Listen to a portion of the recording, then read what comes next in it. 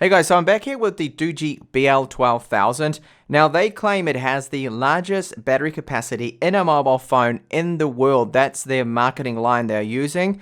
Now I wanted to get to the bottom of this in this video here because in my testing and my review, my findings with the battery life, it fell way short, and to me it seems more like an 8,000 milliamp hour battery or somewhere along those lines here. So I have opened it up now and just wanted to point out a couple of things. Now, in the comments, a couple of people were saying, why didn't you use your battery meter? Well, I haven't had really good results with that battery meter. It doesn't tend to work too well, and it seems to be off. So that's why I don't rely on those USB battery meters, at least the ones I have, don't work when it goes over 5 volts, the charging there. So that's why I haven't used that. Now, the back of this, they did put a screen protector on it, well, a protective plastic on here. And when they do that, you kind of know then it's not glass, which it isn't. It's definitely plastic, the back of it. So the whole back of it is all plastic, everything, including the lenses for the dual cameras. Now, we'll have a look at those dual cameras in a second too, because they claim that, okay, it's got 2 dual cameras and there you can use them. But as I found out with the software, that when you tap the rear sensor,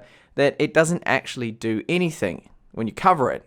So first I'll take a quick peek at the cameras. So I found out when using it, just like the Mix 2, that secondary sensor, that one right here, you can see the auxiliary sensor doesn't seem to actually work, at least with the software with the camera, that when you put your finger over it, it will not show up. So it's kind of fake. It's a fake second camera, but it does have some actual hardware in there. I've taken a peek at it, and we'll have a closer look at it here too. So if you have a look, the lens looks different. It's not a autofocus module. It's fixed focus, and if it does happen to have a proper lens in there, which doesn't really look like it, I discovered that if you pull it off, which I've done just here, it's just like a little tiny cheap little plastic lens here.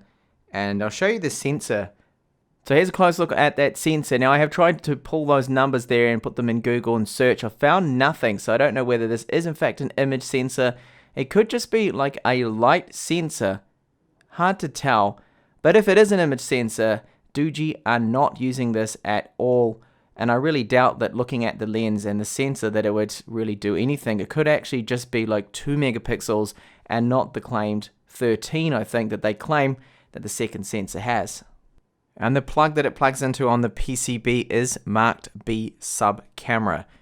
Now taking a look at the battery, it's clearly marked here 12,000 milliamp hour battery. But of course that is a sticker that Doogee have put on there themselves. Now if I pull this up, there's actually nothing underneath that. So no text there.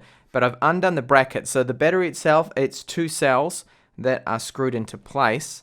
And when I did lift them up and have a look underneath, as I'll show you here, you will see that it says that it's 19 watt hours. If that is to be believed, then that puts the battery capacity at each of those cells at 5,000 watt hours. So we're still short 2,000 watt hours to the claim that Doogee has of this being 12,000 milliamp hours. Now that someone has gone along and erased the capacity there or something with a marker, you can see. So I don't know why they have done that. Maybe they're trying to hide the fact that this cell is in fact not 19 watt hours that's marked on there. I don't really know. Now, I can't see any details about who has manufactured this battery cell on here. I'm not familiar with the markings on there, so it's not like it's an LG chemical one or often the other ones you see. The size of it, to me, looks like, yes, it could be 5,000 milliamp hours, or it could be more like 4,000 milliamp hours to 4,000 cells there to give us 8,000 milliamp hours in total. But either way, it's still short 2,000.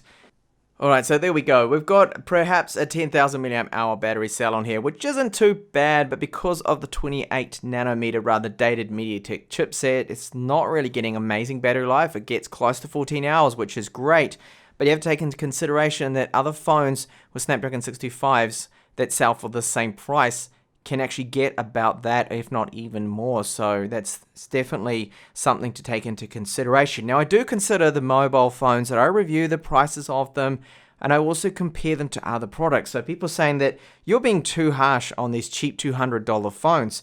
Well, something like the Xiaomi Redmi 5 Plus that I reviewed sells for about the same price and is just 10 times better than this phone. And then we even have Mazer's Alpha X that I recently reviewed with another 18:9 aspect ratio screen. This one sells for around $200 US, or even a little bit cheaper. Again, so much better. In terms of battery life, well, it won't have the same 14 hours of screen on time, but the build quality of this one's just so much better. Better screen.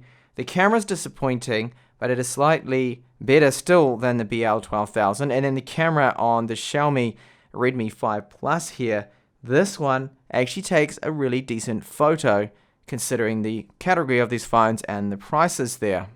So there we go. Thanks a lot for watching this quick little video here. Hopefully it opened a few eyes up to these Chinese phones here. And I'm not trying to hate on Doogee, which a lot of people think I am. It's just that I'm not happy at all with the way they are misleading customers with this kind of false advertising that they are doing.